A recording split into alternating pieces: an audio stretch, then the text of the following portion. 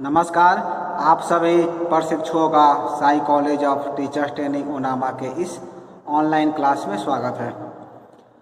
इस वीडियो में हम बात करने वाले हैं डीएलएड सेकेंड ईयर के पेपर कोड S4 के यूनिट 2 से।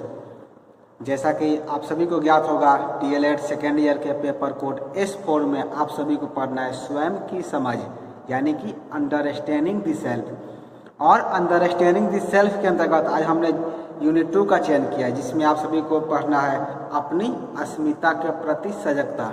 इसके अंतर्गत आज का हमारा टॉपिक आप सभी नोट आउट कर लेंगे, शिक्षक के रूप में अपनी भूमिका की पहचान।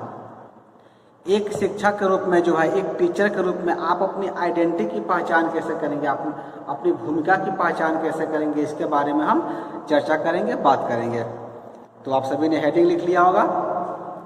इसके उपरांत आप सभी लिखेंगे कि एक शिक्षक के रूप में जो है किसी व्यक्ति के द्वारा जो कार्य किया जाता है, वह कार्य न केवल उस व्यक्ति को प्रभावित करता है बल्कि पूरे शिक्षक वर्ग की सामाजिक छवि को गढ़ने में योगदान देता है। यानी कि आप एक शिक्षक बन रहे हैं, आप शिक्षक बन गए हैं, तो जो काम आप करेंगे वह केवल आपको प्रभावित नहीं करेगा, वो पूरे जो शिक्षक वर्ग हैं, पूरा जो शिक्षक वर्ग का समाज है, उस पूरे समाज को प्रभावित करने का वो काम करता है। जैसा कि आप सभी जानते होंगे, यदि एक विद्यालय में कोई शिक्षक बहुत अच्छा पढ़ाते हैं तो क्या नाम होता है? लोग ये कहते हैं कि पार्टिकुलर कॉलेज के या पार्टिकुलर विद्यालय के या पार्टिकुलर महाविद्यालय के या पार्टिकुलर विद्यालय में क्या होता है, बहुत अच्छी पढ़ाई होती है। और यदि किसी स्कूल में, किसी महाविद्यालय में क्या होता है, यदि कोई शिक्षक बेहतर तरीके से अपने कार्य का समाहन नहीं कर रहे हैं, वो बेहतर तरीके से अपना काम नहीं पूरा कर रहे हैं, तो क्या होता है, पूरे कॉलेज की, पूरे स्कूल की बदनामी होती है कि उस पार्टिकुलर कॉलेज में, पार्टिकुलर स्कूल में क्या होता है, पढ़ाई अच्छे से नहीं होती है। तो जो काम आप करेंगे एक शिक्षक के रूप में, तो उससे क्या होगा, पूरे शिक्षक वर्ग की बदनामी होती है। बढ़िया काम करेंगे तो नाम भी होगा, खराब काम करेंगे तो पूरे वर्ग की इससे शिकायत होती है। ठीक है ना। पूरी छवि का योगदान जो है वो आपकी छवि पर निर्भर करता है कि जो काम आप करेंगे उससे पूरे समाज की, पूरे सोसाइटी का निर्माण होता है। तो कहा भी गया है कि हमारे समाज के निर्माण में शिक्षा की एक अहम भूमिका होती है, क्योंकि शिक्षक क्या करते हैं, यह समाज जो है उन्हीं बच्चों से बनता है जिनकी प्राथमिक शिक्षा से लेकर के उच्च शिक्षा तक ज्ञान देने और उन्हें एक अच्छा नागरिक बनाने तक हर समय एक शिक्षक उनके साथ होता है। आप अपने बारे में सोचिए, आप अपने बचपन के बारे में सोचिए, तो आप सभी देखते होंगे आपको यहाँ तक लाने में, जिस स्टेज पर अभी हैं, जिस मुकाम पर आप हैं, वहाँ तक लाने में न जाने कितने शिक्षकों का अहम योगदान रहा है। और आप भी एक शिक्षक बन करके जब विद्यालय में पढ़ाने जाएंगे तो आप न जाने कितने बच्चों के भविष्य को संभालने का काम करेंगे। तो स्वयं की समझ का उद्देश्य ही यही है, इसका मोटो ही यही है कि आप क्या करें, अपने आप को खुद को समझे कि हम जो काम कर रहे हैं, क्या काम वो बेहतर तरीके से कर रहे हैं, जो काम हमको करना चाहिए क्या उसे हम पूरी ईमानदारी के साथ कर रहे हैं कि नहीं कर रहे हैं। तो इसे क्यों ऐसा करना चाहिए, क्योंकि एक शिक्षक की भूमिका जो है समाज में बहुत ही ज़्यादा सर्वोपरि होती है। क्योंकि जो समाज होता है, जो समाज के लोग होते हैं, उनको शिक्षित करने का काम, यानी कि बच्चे को कह सकते हैं कि प्राथमिक शिक्षा से लेकर के उच्च शिक्षा तक ज्ञान देने में, उसे बताने में, या फिर उसे देश का एक अच्छा नागरिक बनाने में न जाने कितने शिक्षकों का योगदान होता है। ये कहा भी गया है कि प्रत्येक देश में मौजूद सभी सफल व्यक्तियों के पीछे एक अच्छे गुरु की भूमिका होती है। यदि कोई व्यक्ति सफल होता है, यदि आप भी सफल होंगे, तो उसमें क्या होगी, उसमें आपके शिक्षकों की भूमिका बहुत ही सर्वोपरि होगी। यदि हम आज ये वीडियो बना पा रहे हैं, आपको कुछ बता पा रहे हैं, तो इसका सबसे बड़ा किसका योगदान है, हमारे शिक्षकों का है। क्योंकि जिन्होंने मुझे बताया, हमको पढ़ाया, ताकि हम इतने, आप कह सके कि इतने हो सके कि आपको सामने कुछ बता सके, आपके सामने कुछ बोल सके। तो ये कैसे हो पाता है, एक शिक्षक के द्वारा ही हो जाता है, एक शिक्षक के द्वारा ही संपन्न हो पाता है। क्योंकि जब तक कोई भी व्यक्ति सफल होता है तो उसके पीछे उसके एक अच्छे गुरु की भूमिका होती है।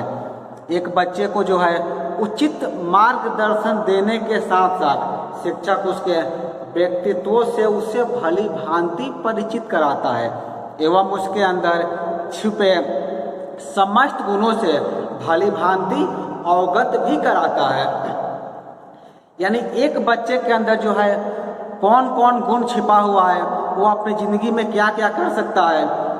बच्चे को तो पता नहीं होता है कि मेरे अंदर कौन सा गुण है, हम किस फील्ड में जाएंगे, किस एरिया में जाएंगे तो हम कौन सा काम करेंगे, हम किस सब्जेक्ट का चुनाव करेंगे तो हम बेहतर प्रदर्शन कर सकते हैं। तो ये सब काम बताने काम कौन करता है? एक शिक्षक करते हैं। एक शिक्षक ही होते हैं जो कि एक बच्चे को जो है बेहतर इंसान बनाते हैं, उसे अपने जीवन में उच्च पद दिलाते हैं और उसके व्यक्तित्व से भी उसे परिचय कराते हैं और उसके अंदर जो गुण छिपा होता है उस गुण को पहचान करके दुनिया के सामने लाने का काम भी एक शिक्षक के द्वारा ही किया जाता है। यदि हम अपने पर्सनल की बात करें तो हम यदि आर्ट फील्ड में आए, आर्ट की दुनिया में आए, हमने फोटोग्राफी में इतना कुछ किया, अभी साहित्य के क्षेत्र में कुछ लेखन का काम कर रहे हैं, तो कहीं ना कहीं इन सब के पीछे हमारे शिक्षकों का बहुत योगदान है, जिन्होंने मुझे एक एक चीज़ के बारे में बताया, विस्तार से बताया, मुझे एक्स्ट्रा समय दिया। तो उन सभी का मैं कह सकते हैं कि शुक्रगुजार हूँ, ताकि उन्होंने मुझे मेरी कला को पहचाना, मेरे अंदर छिपे हुए गुणों को निखारा, ताकि हम आपके समक्ष खड़े होकर के कुछ बातें, दो चार बातें बता सकते हैं। आप भी यदि इस वीडियो को देख रहे हैं तो इस वीडियो से कुछ भी सीखें तो क्या करें, आप जब आप शिक्षक बनेंगे तो आप अपने छात्रों को जरूर बताएं, ताकि वो उनसे प्रेरित होकर के अपने जीवन में बेहतर मुकाम हासिल कर सके। चलिए, इसके बाद आप सभी लिखेंगे कि शिक्षक के रूप में यदि हम अपनी भूमिका की बात करें, क्योंकि आपका टॉपिक ही था शिक्षक के रूप में अपनी भूमिका की पहचान, तो जब हम अपनी भूमिका की बात करते हैं, अपने रोल की बात करते हैं, तो मुझे लगता है कि एक अच्छे शिक्षक में जो है निम्न गुण होने चाहिए। कुछ गुणों की हम चर्चा करते हैं। ये गुण यदि आपके अंदर हैं तो आप एक बेहतर शिक्षक हैं, एक आप अच्छे टीचर हैं, एक अच्छे आइडियल टीचर हैं। तो गुण कौन कौन होने चाहिए, उन गुणों को आप लिख लें और कोशिश करें कि वो गुण अपने अंदर समाहित करने के लिए, यदि वो गुण आपके अंदर पहले से है तो आप एक अच्छे शिक्षक हैं, और गुण यदि आपके अंदर नहीं है तो प्रयास करें उस गुणों को आप अपने अंदर विकसित करने के लिए। चलिए, वो गुण कौन कौन होने चाहिए? यदि हम गुणों की बात करें तो आप क्या करेंगे, नंबर 1 में लिखेंगे। फर्स्ट में आप लिखिए कि एक अध्यापक को या एक अच्छे शिक्षक को आदर्शवादी होना चाहिए। यानी शिक्षक को कैसा होना चाहिए? एक शिक्षक को जो है आदर्शवादी होना चाहिए। चलिए, ठीक है, ये पहला गुण है। और यदि हम दूसरे गुण की बात करें तो दूसरे गुण में आप सभी को लिखना है कि एक शिक्षक को जो है समय का पाबंद होना चाहिए। क्या होना चाहिए? शिक्षक को समय का पाबंद होना चाहिए कि जो समय उसे दिया गया है वो समय पर उसे प्रत्येक काम को संपन्न करना चाहिए, कभी भी उसमें लेट नहीं होना चाहिए। जैसे कि आप सभी को कहा गया है कि आपको प्रत्येक दिन महाविद्यालय से वीडियो प्रदान किया जाएगा, तो हम लोग क्या करते हैं, समय से आपके लिए प्रत्येक दिन क्लास लेते हैं, प्रत्येक दिन आपको होमवर्क दिया जाता है। आप सभी को याद होगा, आपको जो है अपने एप्लीकेशन में प्रत्येक दिन आपको होमवर्क दिया जाता है। तो होमवर्क को जो है हम लोग तो समय से देते हैं, लेकिन आप में से बहुत ऐसे विद्यार्थी हैं जो कि समय से अपना होमवर्क बनाकर नहीं भेजते हैं, जो कि हम लोग को अच्छा नहीं लगता है। आपको क्या करना है, प्रत्येक दिन आप एक शिक्षक बन रहे हैं, आप एक आदर्श शिक्षक बन रहे हैं, तो जो भी आपको होमवर्क दिया जाता है कोशिश करें उसी दिन, नहीं तो अगले दिन आप उसे बनाकर जरूर भेजें, क्योंकि ये गुण आपको अभी से विकसित करना है। और उन सभी प्रशिक्षकों को हम धन्यवाद भी देंगे जो कि प्रत्येक दिन होमवर्क भेजते हैं। शायद ही ऐसा कोई दिन होता है जिस दिन उनका होमवर्क नहीं आता है। और सबसे अच्छी बात है कि वो प्रत्येक विषय में देते हैं, यानी कि जितने विषय में उनको होमवर्क दिया जाता है प्रत्येक दिन वो अपना होमवर्क समय से बनाकर भेजते हैं। यानी क्या होते हैं वो, उनके अंदर आप कह सकते हैं कि ये गुण पहले से विद्यमान है, वो समय के पाबंद हैं। तो समय का पाबंद आप सभी को भी बनना है, तभी आप एक अच्छे शिक्षक बन सकते हैं। यदि हम इस शिक्षक के तीसरे गुण की बात करें तो नंबर 3 में आप सभी लिखेंगे कि एक अध्यापक को आदर्शवादी पहनावा होना चाहिए। यानी कि उसका ड्रेस कोड कैसा होना चाहिए? उसका ड्रेस कोड हम एक आदर्श व्यक्ति की तरह होना चाहिए। यानी जब आप विद्यालय में जा रहे हैं या फिर ऑनलाइन या ऑफलाइन पढ़ा रहे हैं तो आपका ड्रेस कोड कैसा होना चाहिए? आपका ड्रेस कोड आदर्श होना चाहिए। आपको ऐसे भी नॉर्मल टी शर्ट या फंकी ड्रेस में आपको क्लास नहीं लेना है। आपको क्या करना है? आपको एक उचित ड्रेस कोड का चुनाव करना है और उस ड्रेस कोड को पहन करके आप क्लास लेंगे तब बेहतर प्रभाव आपके विद्यार्थियों के ऊपर पड़ेगा। तो इसका विशेष आप ध्यान रखें कि एक अध्यापक को जो है आदर्शवादी पहनावा भी होना चाहिए।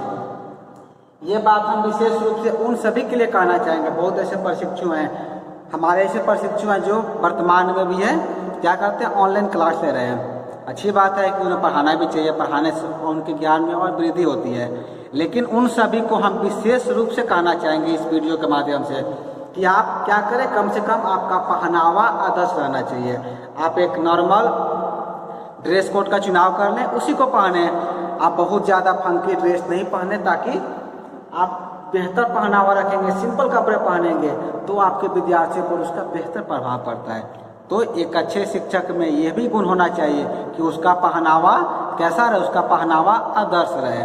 चलिए, इसके बाद यदि हम चौथे गुण की बात करें तो नंबर 4 में आप सभी लिखेंगे कि बातचीत करने का ढंग एक शिक्षक का समुचित होना चाहिए। यदि वो किसी से बात करें, यदि आप किसी से बात कर रहे हैं तो आपके बातचीत से लगना चाहिए कि आपके अंदर बहुत सारा गुण, आपके बातचीत का ढंग समुचित होना चाहिए, बेहतर तरीके से होना चाहिए। यानी कि आपके बातों में वजन होना चाहिए। जो बात आप किसी को बता रहे हैं वो बेहतर तरीके से उसे समझ पा रहा है कि नहीं, आपके बातों का उद्देश्य कहीं और तो नहीं जा रहा है, आप किस मुद्दे पर बात कर रहे हैं, क्या कहना चाहते हैं, ये पूरा आपको अच्छे से सोच करके, अच्छे से आप पढ़ाई करके तब बात करेंगे तो आपके बात करने का ढंग क्या होगा, बहुत ही समुचित होगा।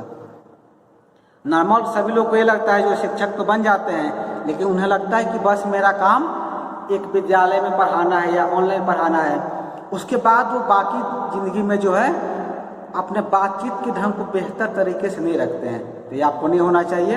आप कहीं भी बात करें, चाहे आप सोशल मीडिया पर कुछ लिख रहे हैं या किसी से बात कर रहे हैं, आपकी बातों में वो आदर्शपन दिखना चाहिए, क्योंकि आप एक शिक्षक बन रहे हैं। एक शिक्षक की बोली, एक शिक्षक का बातचीत हर किसी को नोट आउट की, हर उसकी बातों को हर व्यक्ति नोट करता है, क्योंकि आप एक शिक्षक बन रहे हैं। तो इसका विशेष ध्यान रखें। आप कहीं कुछ लिख रहे हैं, किसी के कुछ फोटो पर या कोई पोस्ट डाल रहे हैं, तो इसका विशेष ध्यान रखें कि आप क्या लिख रहे हैं, उसकी बातों का अर्थ क्या है। इन सब चीज़ों को समझ करके आप कहीं बातचीत करें या कुछ लिखें। चलिए, चौथा के बाद आप लिखेंगे नंबर 5 के 5वें बिंदु में आपको लिखना है कि एक शिक्षक को नैतिकता का पालन करने वाला भी होना चाहिए। आपको क्या होना चाहिए? नैतिकता का पालन करने वाला होना चाहिए। हमने नैतिक शास्त्र के ऊपर वीडियो का निर्माण किया है, जो कि आप कह सकते हैं बीएड के सेक्शन में अपलोड किया गया है। आप जाएंगे बीएड सेकेंड ईयर के प्ले लिस्ट में, वहाँ पर नैतिक शास्त्र, नैतिकता, उन सब के ऊपर मैंने कई सारे वीडियो का निर्माण कर दिया है। क्योंकि जैसे कि आपने डीएलएड में S4 में पढ़ना है स्वयं की समझ, उसी तरह बीएड के सेकेंड ईयर में EPC 4 में पढ़ना है अंडरस्टैंडिंग द सेल्फ, यानी कि सेम टॉपिक पढ़ना है। उसमें उन लोगों को नैतिक शास्त्र पढ़ना था। तो हमने क्या किया, आप जाएंगे, आपको जाना है EPC 4 आपको लिखा हुआ मिलेगा वहाँ पर, ये आपको मिलेगा बीएड सेकेंड ईयर में।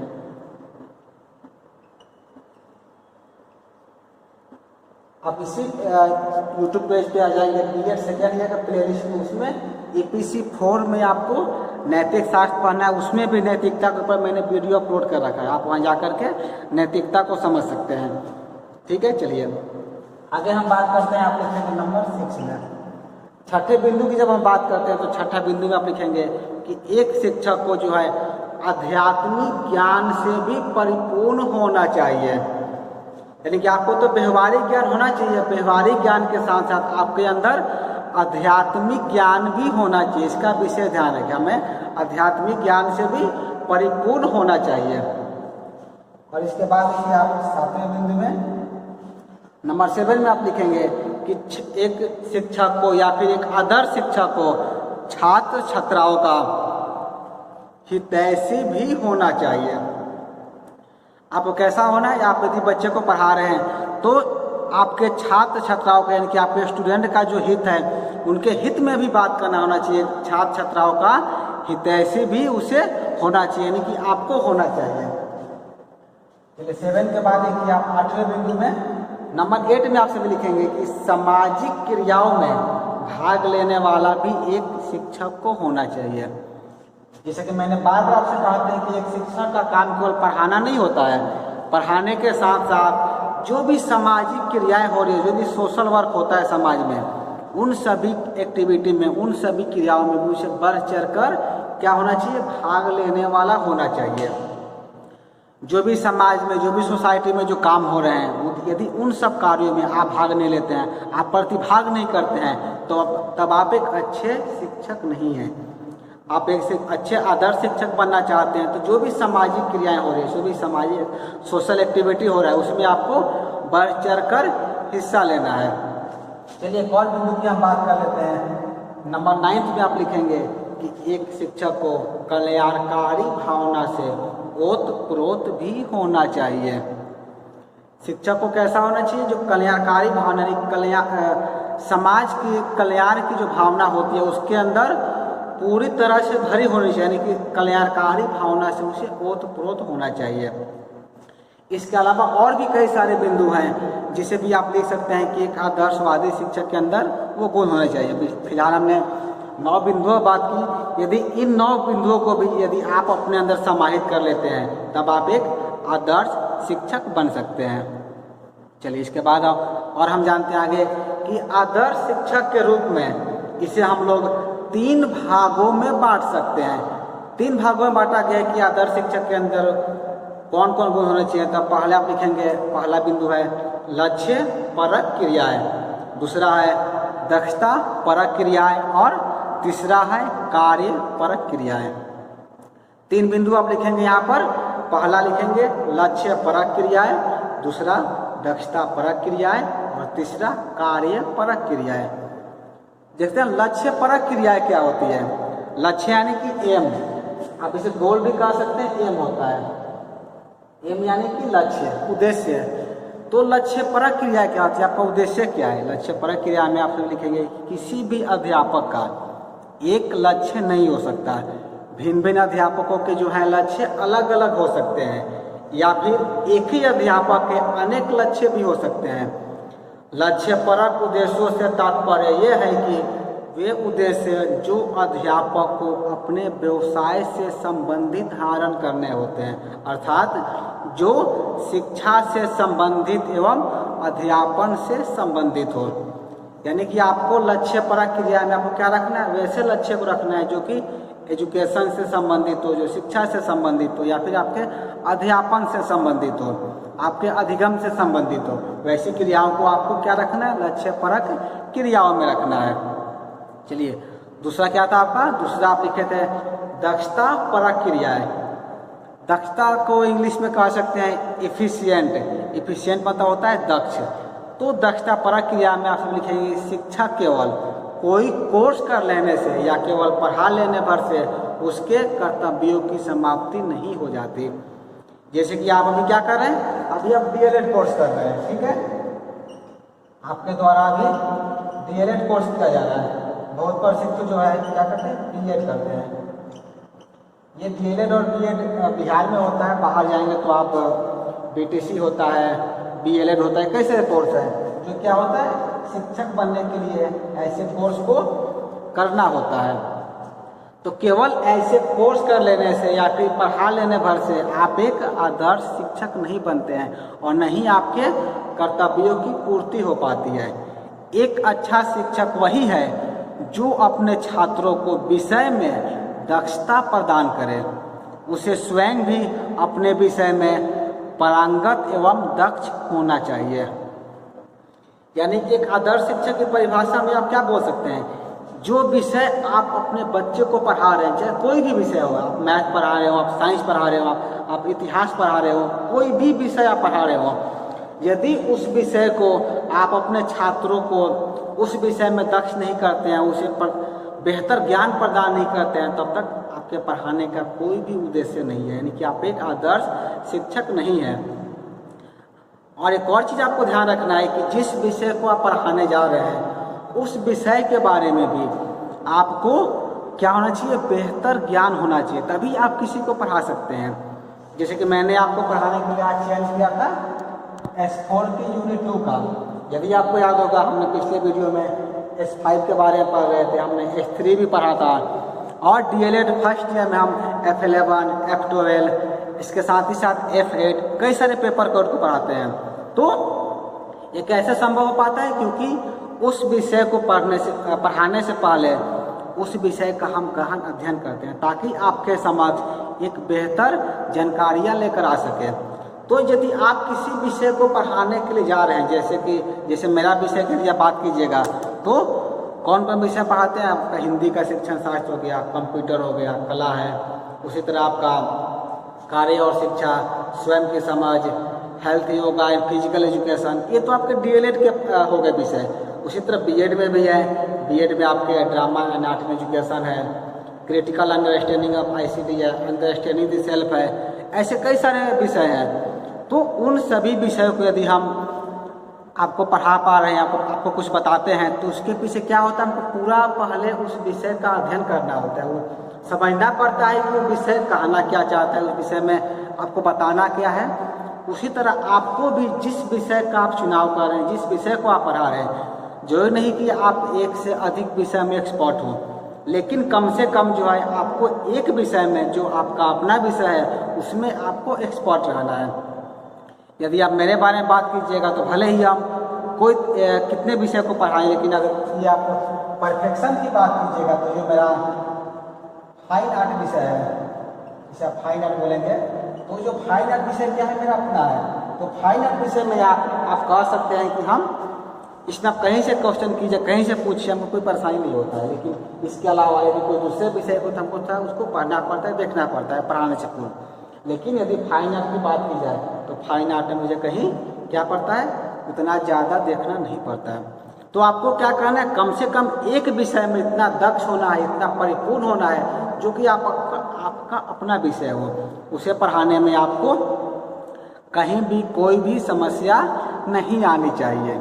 ठीक है ना। चलिए आगे इसमें लिखिए आप कि दक्षता के अधिगम एवं आत्मसात करने की आवश्यकता के कारण ही बार बार अभ्यास कराकर छात्र को भी दक्ष बनाया जा सकता है। आप जो विषय पढ़ा रहे हैं, आप मान लीजिए कि आप उस विषय में दक्ष हैं, पूरा आप उस विषय के जानकार हैं, तो आप उस विषय को बार बार पढ़ाकर अपने छात्रों को बार बार अभ्यास कराकर उसको इस ढंग से पढ़ाएं, इतने सरल भाषा में, इतनी आसान भाषा में पढ़ाएं, ताकि वो भी उसे बेहतर तरीके से समझ सके। जिसे कहा भी जाता है, यदि आप किसी विषय को पढ़ा रहे हैं तो उसे इतना आसान कर दें। आप जो आपके सामने जो बच्चे पढ़ रहे हैं, वो जिस भाषा को समझ रहे हैं, जिस भाषा में वो समझने में अनुकूल हो, चाहे वो हिंदी भाषा हो, चाहे अंग्रेजी हो, या फिर कोई भी क्षेत्रीय बोली हो। क्षेत्रीय बोली में आपका भोजपुरी, मगही, अंगिका, बज्जिका, कोई भी बोली हो सकती है बिहार की। तो जहाँ आप पढ़ा रहे हैं तो सारी भाषा का प्रयोग करके आप अपने छात्रों को भी दक्ष बना सकते हैं। तो इसका आप विषय ध्यान रखें कि जो विषय आप पढ़ा रहे हैं, कम से कम आपके विषय में आपके स्टूडेंट भी बेहतर होने चाहिए, तभी एक शिक्षक का क्या होता है, उद्देश्य की पूर्ति हो सकती है। यानी कि जो दक्षता परक क्रिया है उसे आप परिपूर्ण कर सकते हैं। चलिए आज के क्लास के हम अंतिम बिंदु की बात करते हैं। आपने तीसरे में लिखा होगा कार्य परक क्रियाएं। कार्य परक क्रिया में आप सभी लिखेंगे कि एक अध्यापक की कक्षा तक ही क्रियाएं सीमित नहीं होती है। हम बार बार कहते हैं कि आपका काम क्या होता है, बस क्लासरूम में पढ़ा लेने से आपका काम की क्या होती है, समाप्ति नहीं हो जाती है। यानी कि एक अध्यापक की जो है क्लासरूम तक ही, यानी कि कक्षा तक ही क्रियाएं समाप्त नहीं होती है। कक्षा कक्ष के बाहर भी उसे कई तरह की क्रियाओं को संपन्न करना होता है। यानी कि आपको क्लासरूम में पढ़ाना ही है। अभी आप वीडियो देख रहे हैं तो ये क्या है, एक वर्चुअल क्लासरूम है कि आभासी क्लासरूम है।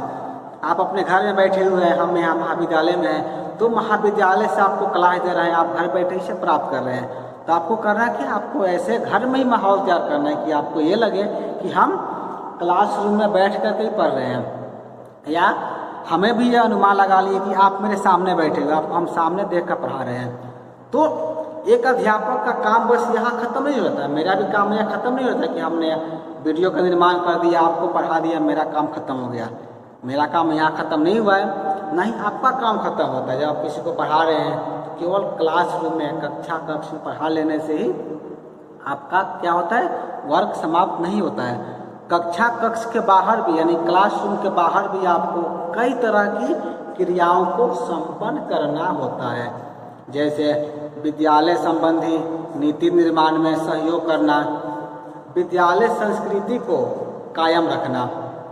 आपको क्या करना है, विद्यालय में जो भी नीति निर्माण हो रहा है, नीति निर्माण यानी कि एथिक्स के जो बिल्डिंग होता है उसके बारे में आपको ध्यान देना है, और साथ ही साथ विद्यालय संस्कृति को कायम रखना। जो आपके विद्यालय का कल्चर है, जो आपके विद्यालय का संस्कृति है, उसे भी आपको कायम रखना है। और इसके साथ ही साथ देखेंगे कि विद्यालय में विभिन्न आयोजनों को संचालित करना। विद्यालय में जो भी कल्चर प्रोग्राम होते हैं, जो भी इवेंट होते हैं, उन्हें भी आपको संचालित करना होता है। इसके द्वारा आप सोचेंगे तो बहुत सारे काम हैं जो कि कक्ष के बाहर भी संपादित करने होते हैं।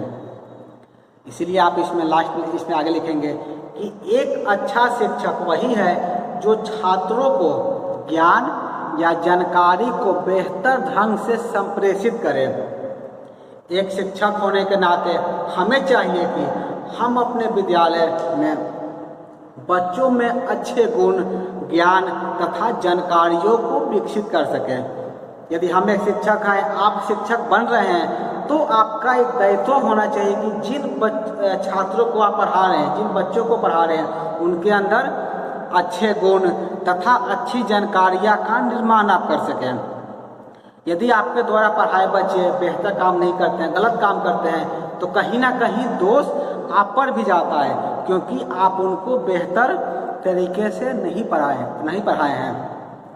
तो ये आपका भी दायित्व बनता है कि आप अपने बच्चों में अच्छे गुण, अच्छे संस्कार का भी निर्माण करें, तभी आपके उद्देश्य की, आपके दायित्वों की पूर्ति हो सकती है। यानी कि आप जो एक शिक्षक बनने का जो निर्णय लिए हैं, आप शिक्षक बन गए हैं, तो शिक्षक का जो उद्देश्य है, उस उद्देश्य की भी पूर्ति आप सभी को करनी है, तभी आप एक बेहतर, एक आदर्श शिक्षक बन सकते हैं। चलिए, इस वीडियो में हम बात कर रहे थे शिक्षक के रूप में अपनी भूमिका की पहचान, यानी कि आपकी भूमिका, आपकी आइडेंटिटी क्या होनी चाहिए, अपनी आइडेंटिटी को हम कैसे पहचानेंगे। उम्मीद है कि जितने बिंदु पर हमने इस क्लास में बात किया, उसे भी आप अपने जीवन में उतारने का प्रयास करेंगे, क्योंकि आपके पेपर कोड S4 का उद्देश्य ही है कि आप एक आदर्श शिक्षक बने। आप सभी को यदि याद होगा, हमने आपके असाइनमेंट में एक प्रश्न दिया था कि एक आदर्श शिक्षक कैसे होने चाहिए, या फिर आप शिक्षक बनने की राह क्यों चुने। तो बहुत से छात्रों ने जो है, बहुत से प्रशिक्षुओं ने बेहतर उत्तर लेकर दिया था कि हम इस वजह से ये मेरे साथ एक्टिविटी हुई या मेरे साथ घटना हुई जो कि हम शिक्षक बनने की राह चुने। हम अगले किसी वीडियो में भी आप सभी के बीच जरूर साझा करेंगे कि हम शिक्षक बनने की राह क्यों चुने, क्योंकि ये वीडियो पहले लंबा हो चुका है, तो और ज़्यादा इसको हम विस्तृत नहीं करेंगे। हम किसी अगले वीडियो में इस प्रश्न का उत्तर आप सभी के बीच जरूर लेकर आएंगे कि यदि मेरी अपने बारे में बात की जाए तो हम शिक्षक बनने की राह क्यों चुने। क्योंकि हमने असाइनमेंट में आपको एक प्रश्न दिया था, तो आप सभी के मन में भी ये इच्छा हो रही होगी कि आखिर सर शिक्षक क्यों बने। सब कुछ होता है कि शिक्षक बनने के पीछे कहीं ना कहीं कोई ना कोई आपका लक्ष्य हो सकता है, आपका कोई उद्देश्य हो सकता है। तो हम अपने लक्ष्य के बारे में भी अगले किसी वीडियो में आप सभी के बीच जरूर चर्चा करेंगे। तो आज के क्लास में इतना ही। इस वीडियो को पूरा देखने के लिए आपका धन्यवाद।